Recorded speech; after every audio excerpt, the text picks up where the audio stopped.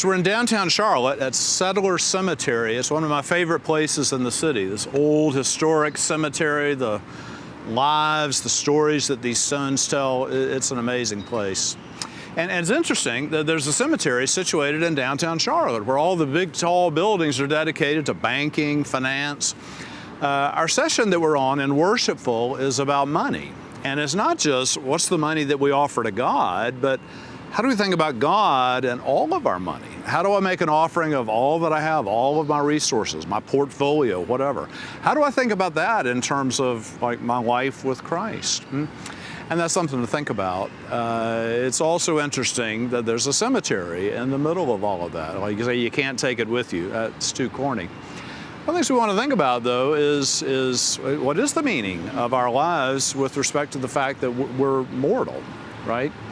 The other part of the session that's interesting is saying goodbye, benedictions. We talk about, how can I bless someone with my words? Words have so much power. We say, sticks and stones may break my bones, but words will never hurt me. Words really do hurt people.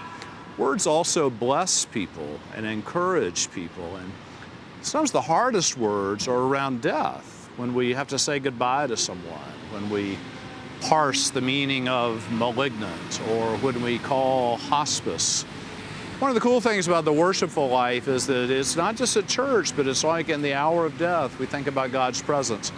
Paul says we do not grieve as those who have no hope. That means we grieve as those who have hope.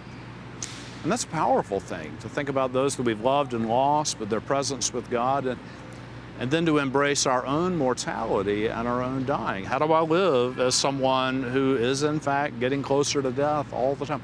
How do I live not just a productive life, a money-making life, a survival life, a fun life, but how do I live, as we talk about in the session, a productive life?